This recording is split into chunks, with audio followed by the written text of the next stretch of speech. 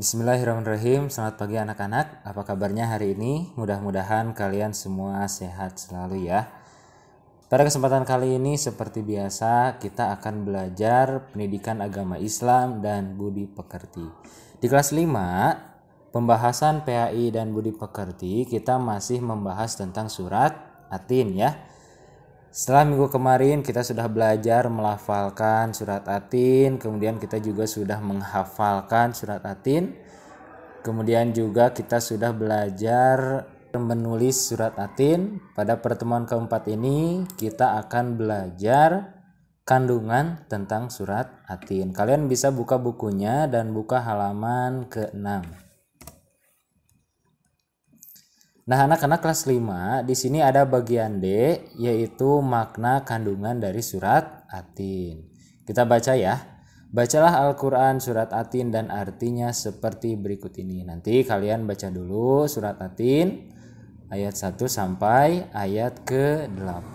Setelah dibaca, kita masuk ke bagian selanjutnya. Mengapa dinamakan surat Atin?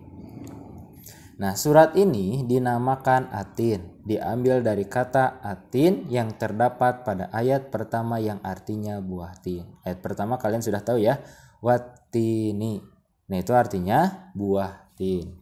Surat Atin adalah surat yang ke-95 dalam Al-Quran yang berjumlah 8 ayat dan termasuk golongan surat yang turun di Mekah atau disebut juga surat Makkiyah.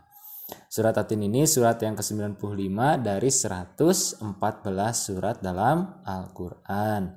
Kemudian surat Atin ini termasuk surat pendek yang terdiri dari 8 ayat. Surat Atin juga termasuk golongan surat yang turun di Mekah atau disebut juga surat Makkiyah. Jadi nanti ada Makkiyah, ada Madaniyah. Kalau Makkiyah biasanya surat-surat tersebut turun di kota Mekah. Kalau Madaniyah biasanya surat-surat tersebut turun di kota Madinah. Meskipun di kelas 4 kalian sudah tahu ya, ada surat yang turunnya di Mekah tetapi disebut surat Madaniyah. Kenapa? Karena surat tersebut turun setelah Nabi Muhammad hijrah ke Madinah. Meskipun surat tersebut turun di kota Mekah, surat tersebut dinamakan surat Madaniyah. Selanjutnya, amati gambar berikut. Di sini kalian sudah tahu ya, ini namanya buah tin, dan gambar yang 1.2 ini namanya buah zaitun. Nah, selanjutnya ini kandungan surat Atin. Ayat pertama, wattini wazaitun. Kita bahas ya. Tin adalah buah yang enak dan lembut serta cepat dicerna. Ia menjadi obat yang banyak manfaatnya. Memperhalus fisik, mengencirkan dahak, membersihkan ginjal, menghancurkan batu pada saluran air seni, menggembungkan badan, dan dapat melonggarkan rongga hati dan limpa. Itu ya buah Atin secara manfaat. Kemudian zaitun. Zaitun adalah buah yang memiliki keistimewaan karena kandungan minyaknya yang berlimpah sehingga dapat dipergunakan di daerah yang kurang memiliki minyak. Itu buah zaitun. Nah, ini ya kalau kita lihat ini buah tin, ini buah zaitun. Kemudian ayat kedua, watu risinin dan demi gunung Sinai. Maksudnya adalah gunung Sinai terletak di semenanjung Sinai, lintasan antara tanah Mesir ke Israel, Arab dan Mesopotamia. Gunung setinggi 2.285 meter ini juga terkenal dengan nama Jabal Musa, Gunung Nabi Musa. Kenapa? Karena di tempat ini Nabi Musa menerima wahyu pertama dan diangkat menjadi Rasul pada malam Mi'raj. Rasulullah SAW berhenti sebentar di tempat ini dan melaksanakan sholat sebagai penghormatan beliau pada kesucian tempat tersebut. Nah, ini ya tentang Gunung Tursina. Kemudian yang ketiga, wahazal baladil amin, dan demi negeri Mekah yang aman ini. Maksudnya adalah kota yang aman adalah kota Mekah. Lihat gambar 1.5 ini ya, gambar kota Mekah. Kota ini disebut dengan kota yang aman karena siapapun yang memasukinya terjaga keamanan dan keselamatannya. Kota Mekah juga disebut sebagai Ummul Qura dan tanah yang aman. Kota ini banyak menyimpan sejarah sejak zaman Nabi Ibrahim alaihissalam. Kita tahu di sini Nabi Ibrahim dengan Ismail membangun Ka'bah. Nah, anak-anak kelas 5, mungkin kalian bertanya, kenapa sih Allah bersumpah dengan buah tin, buah zaitun, kemudian dengan gunung Tursina, dan yang ketiga dengan kota Mekah. Para ahli tafsir, Pak Amil baca dalam kitab Tafsir Ibnu Katsir, ini menerangkan 3 tempat.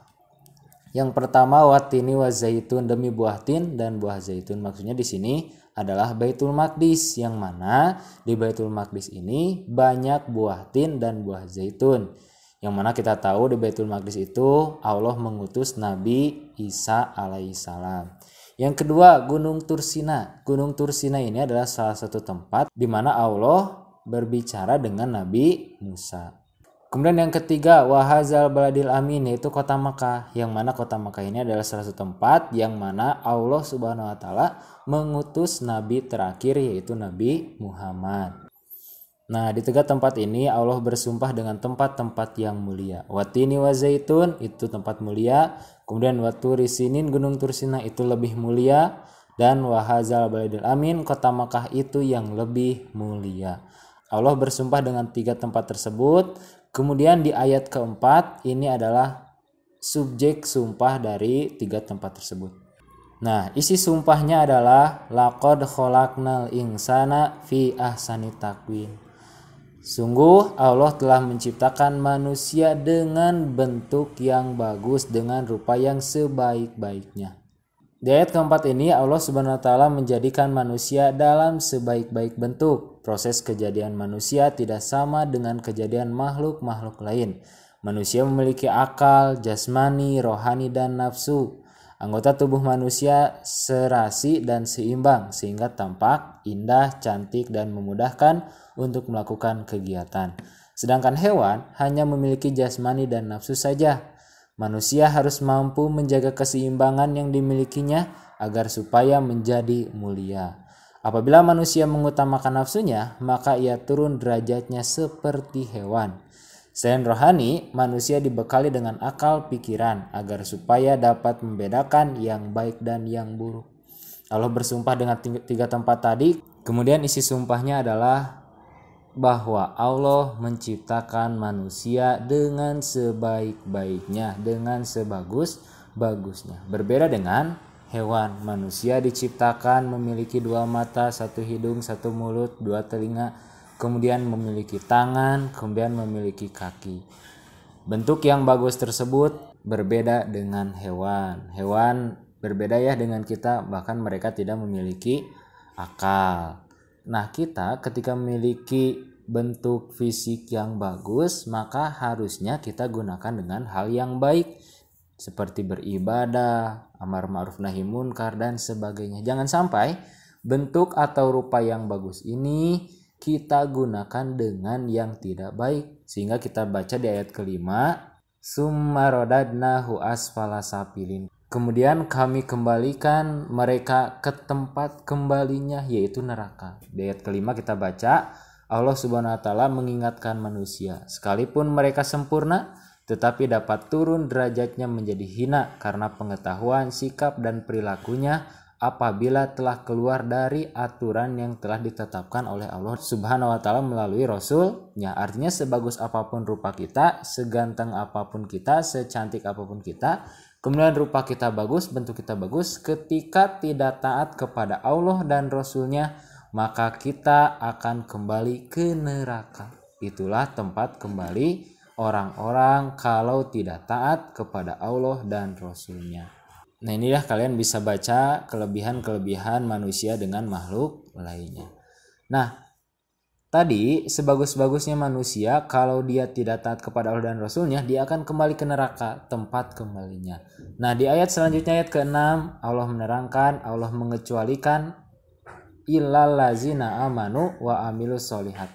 Yang tidak akan masuk neraka dikecualikan yaitu orang-orang yang beriman dan beramal soleh. Itu tidak akan masuk neraka, pasti akan masuk surga. Orang-orang yang tidak pernah hina adalah mereka yang beriman dan melaksanakan amal soleh. Orang yang demikian itu akan selamat dari kehinaan dunia dan akhirat.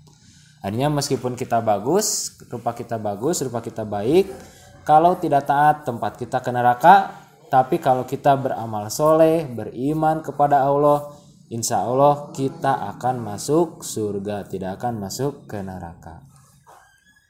Nah ini contohnya ya, contoh orang beriman dan beramal soleh, bisa beribadah, bisa bersedekah, bisa ikhlas dalam menolong.